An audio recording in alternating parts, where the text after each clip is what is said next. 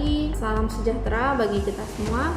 Perkenalkan, saya Fitri Aprila Handayani, dosen Program Studi Matematika Fakultas Teknologi Informasi Institut Teknologi Batam.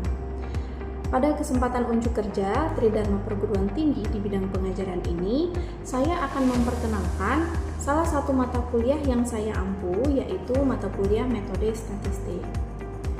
Mata kuliah Metode Statistik memberikan pemahaman dan membangun pemahaman dasar tentang konsep dasar statistika yang mencakup statistika deskriptif, yaitu pengumpulan data, pengorganisasian data, mengenal dan memahami pola data, hingga pengambilan keputusan berdasarkan analisis yang dilakukan dengan menggunakan statistika inferensial. Penjelasan pada mata kuliah ini akan menggunakan 3 pendekatan, yaitu delivery, intersection, dan assessment. Pada aspek delivery, saya akan menjelaskan mengenai materi yang akan saya bawakan pada mata kuliah ini. Aspek delivery tentunya tidak terlepas dari persiapan materi yang diselaraskan dengan capaian pembelajaran lulusan. Capaian pembelajaran lulusan akan diturunkan menjadi capaian pembelajaran mata kuliah atau yang sering kita kenal dengan istilah CPMK. Pelaksanaan mata kuliah pada mata kuliah ini harus dipastikan selaras dengan CPMK sehingga dapat dihasilkan profil lulusan yang selaras dengan program studi matematika. Nah, berikut CPL prodi yang dititipkan pada mata kuliah metode statistik seperti yang ada di sini. Berdasarkan CPL tersebut diturunkan dalam bentuk CPMK mata kuliah metode statistik. Nah, berikut CPMK yang ditargetkan pada mata kuliah ini. Terdapat 3 CPMK pada mata kuliah ini seperti yang ada di sini. Untuk mencapai ketiga CPMK tersebut, saya akan membawakan dalam 16 pertemuan, di mana 14 pertemuan tatap muka, termasuk dengan kegiatan proyek, 1 pertemuan UTS, 1 pertemuan UAS. Untuk memastikan efektivitas delivery mata kuliah ini terbagi menjadi 8 besar pokok bahasan. Yang pertama, statistika deskriptif, kedua, sampel random dan distribusi normal, kemudian uji hipotesis, analisis regresi, analisis korelasi, dan pengantar data science yang berkaitan dengan big data. Nah, untuk menunjang penyampaian materi pada mata kuliah ini secara terstruktur, saya menggunakan 2 sumber materi seperti yang ada di sini.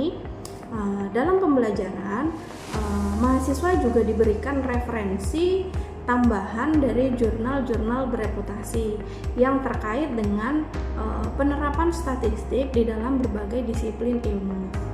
Selain itu, saya juga memanfaatkan software statistik seperti SPSS, Minitab, Python.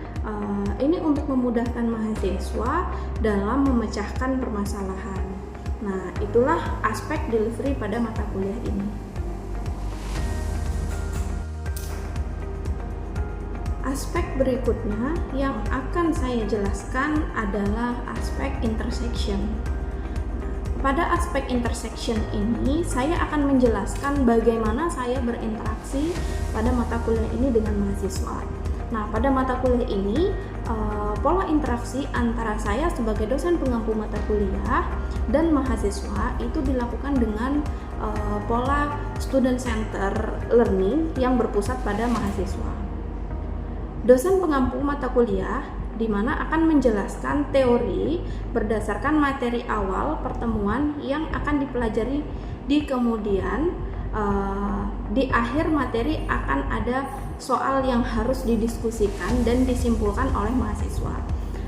Jadi di dalam perkuliahan ini mahasiswa setelah diberikan teori, mereka diberikan semacam pengayaan atas apa yang dipahami dari penjelasan yang saya berikan.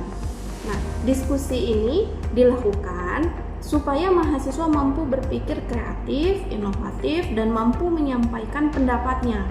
Nah, interaksi juga dilakukan dengan membagi mahasiswa ke dalam beberapa kelompok yang diberikan studi kasus untuk dibahasnya yang sedang terjadi di masyarakat. Nah, setelah itu mahasiswa diminta untuk mempresentasikan atau menyampaikan hasil diskusi bersama kelompoknya. Mode pembelajaran yang digunakan dalam pembelajaran ini adalah case study. Proses pembelajaran case study ini memungkinkan mahasiswa untuk menggabungkan pengetahuan teoritis dengan pemahaman praktis dalam situasi dunia nyata. Selain itu, mahasiswa juga terlatih dalam memecahkan masalah, berpikir kritis, inovatif, serta memiliki keterampilan analis yang baik. Seluruh proses interaksi ini dilakukan untuk mendukung proses partisipasi aktif mahasiswa, sehingga mahasiswa dapat memiliki pemahaman yang lebih baik dan mendalam terhadap mata kuliah ini, sehingga mahasiswa juga mampu menghasilkan, memiliki karya yang dihasilkan melalui pembelajarannya. Nah, demikian aspek intersection pada mata kuliah ini. Selanjutnya saya akan menjelaskan tentang aspek assessment. Pada aspek assessment atau penilaian, saya akan menjelaskan bagaimana cara saya menilai secara objektif kepada mahasiswa di mata kuliah ini. Pada pertemuan pertama, perkuliahan seluruh aspek penilaian akan disampaikan kepada mahasiswa itu dalam bentuk kontrak perkuliahan. Mahasiswa ini akan diinformasikan poin-poin apa saja yang dinilai pada mata kuliah ini dan menjadi aspek penilaian dalam kontrak perkuliahan.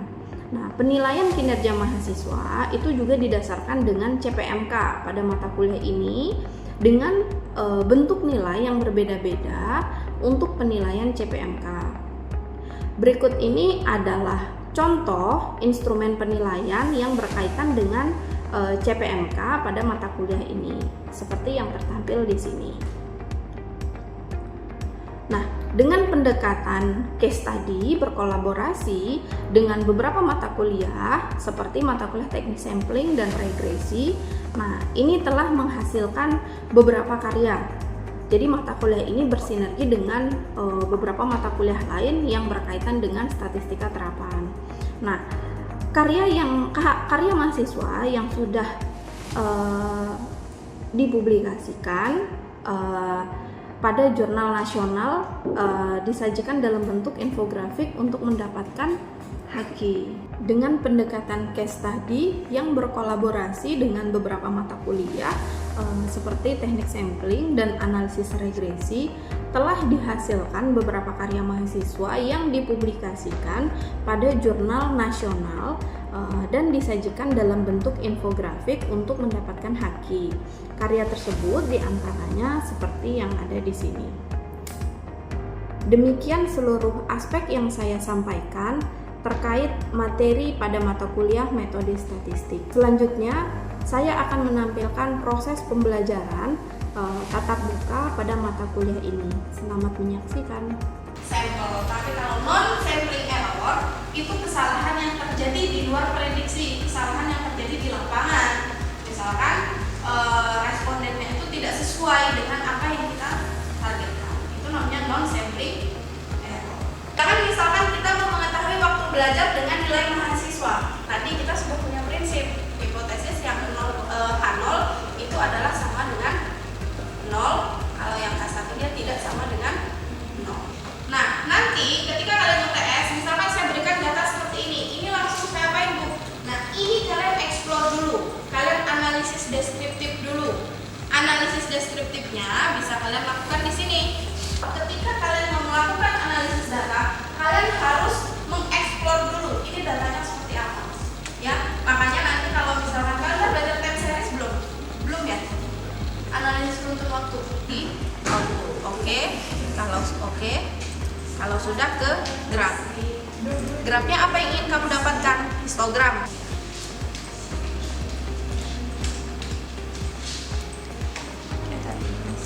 Nah, kan kelihatan. Ini statistik deskriptifnya, ini histogramnya ke bawah.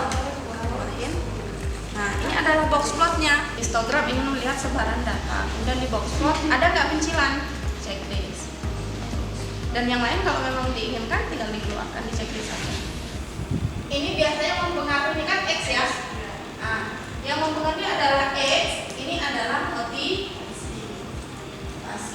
Ketika ini sudah ditentukan, tentukan yang namanya hipotesisnya.